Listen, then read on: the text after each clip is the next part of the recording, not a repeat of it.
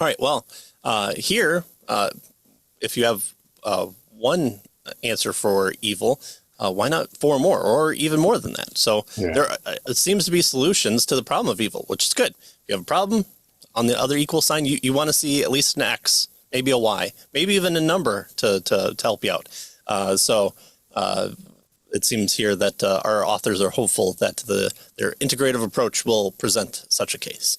Well, the perspectival relationship among the four approaches is perhaps most easily seen in the problem of evil. Well, great. This is going to be a good case study for us to kick off this episode with.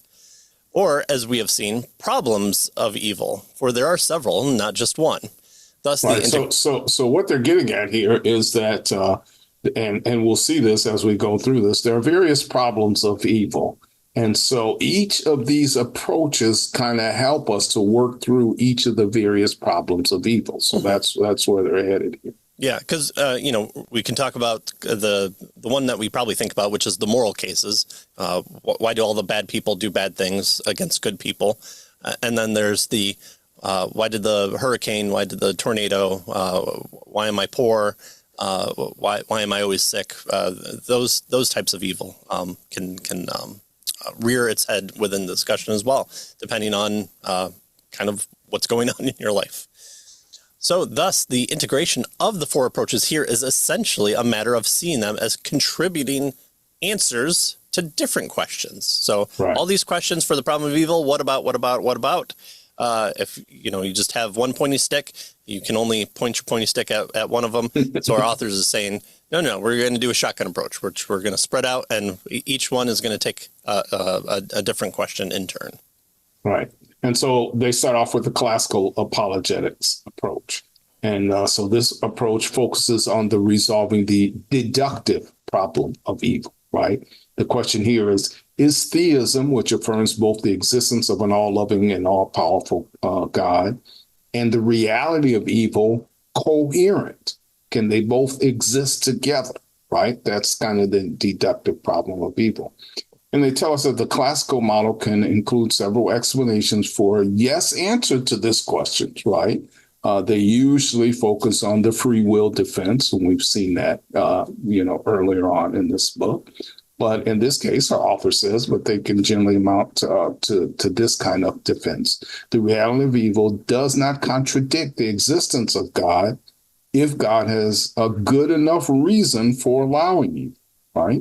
And so you can have both evil exist and an all-loving, all-powerful God exists. And so there is no, we might say, contradiction, right, or inconsistency with God existing alongside evil. And so this deals then, they tell us, that with the classical focus of the deductive problem of evil.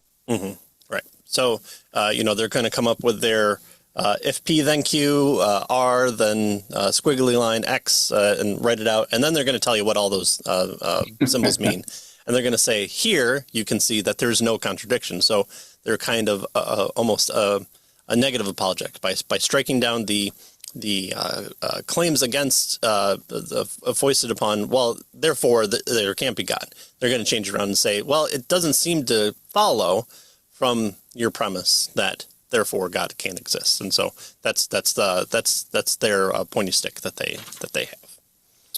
And I should say here too that again I talked about how well the book's laid out. We've discussed this as well. But within the confines of presenting the problems, they have these nice little charts that kind of allow you to go in a circle and see the different perspectives, and then able to see what portion of the question they answer.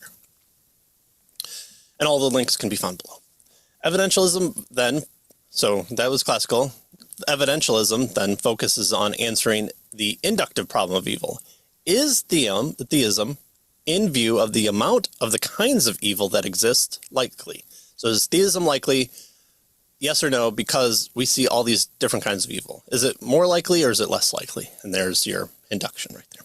The evidentialist responds that evil does not make God's existence unlikely because it cannot counterbalance the significant evidence for God. So, okay, I have all these problems with why this, and why did this happen, and how did this come about, and what about this? All those things happen. Yeah, but all the evidence for God is right here. So that seems to be a kind of a separate question, or a separate avenue from the primary one, which is God exists. Okay, now once we've established that, let's look at why all these things could have an answer.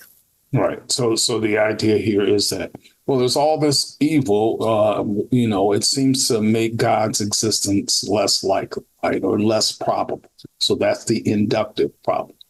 And this perspective says, well, wait a minute, that may be the case, that there is, all these kinds of suffering and going on, but we have all of this evidence for God. And so that counterbalances, right, all of the things that the claim is that all of the evil exists. And so that's the evidentialist focus with regard to the problem of evil, right? The evidence for God counterbalances the evidence, all of the suffering and that sort of thing.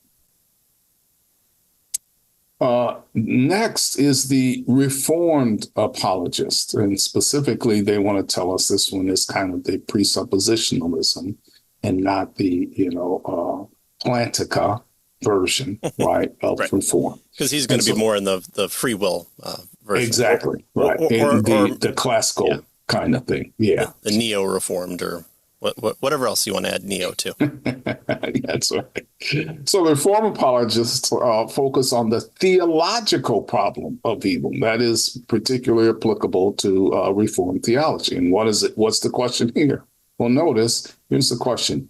If God is not to blame for evil, can he really be sovereign? Is he really in control if he's not to blame for evil? So we might call that the theological problem of evil. That's what our authors suggest here. And they tell us that the Reformed theologians and apologists answer, yes, God can still be in control even though there's evil, and typically argue that God's sovereign control over creation and history should not be constructed as a mechanical or linear cause and effect determination, right? And so, that's the answer to the question with regard to the theological problem of evil. How can, is God in control even though there's evil? Yes, he is. Right. And I always want to say, think about this. If the answer given is opposite of what it is. So is God to blame or in control of evil? Well, the Reformed person is going to say, well, yes, he made it. He knows all things. He not only looks down the corridors of time, but he created the corridors of time that he looks down, and both his decree and his will comes about to direct those things. The biggest evidence for that is the resurrection itself. All those people had to exist and live and come into being and make the choices that they had, and their parents had to make the choices they had to bring about just the events of the crucifixion and ultimately the burial and resurrection. So all those things had to take place. But if the opposite is true, and we would say, well, no, God didn't know that Satan was going to fall. He didn't know that he was going to tempt Adam and Eve. He was looking on with bated breath just as much as we were in the first chapters of the story. Or even he was blindsided and didn't realize it was going to happen at all. Yeah, exactly. Yeah. Well, then what would the atheist response be? Well, then your God is just not sovereign of all things. Well, okay. Does then that build up the argument better? And so that's when we kind of come into butting heads, and especially if you look at the types of responses that like open theists tend to have.